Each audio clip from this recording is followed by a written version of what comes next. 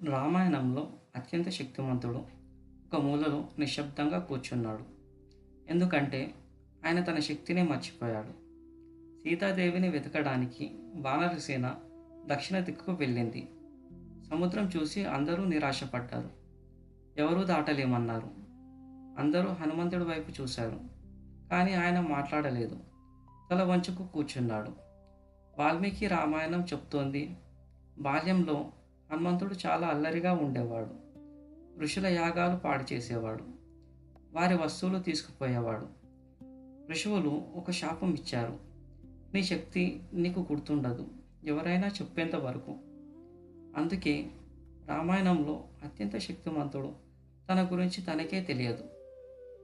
జాంబవంతుడు హనుమంతుడి దగ్గర కూర్చొని ఆయన పుట్టుకను, వరాలను, శక్తులను ఒక్కొక్కటిగా చెప్పాడు.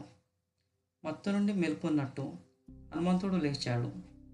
ఆయన శరీరం పర్వతంలా పెరిగింది. భూమి వణికింది. స్నేహితులారా, ఇది హనుమంతుడి కథ మాత్రమే కాదు. మనందరం మన శక్తిని మర్చిపోయాం. మీకు ఒక జాంబవంతుడు కావాలి, మిమ్మల్ని మీకు గుర్తు చేసేవాడు.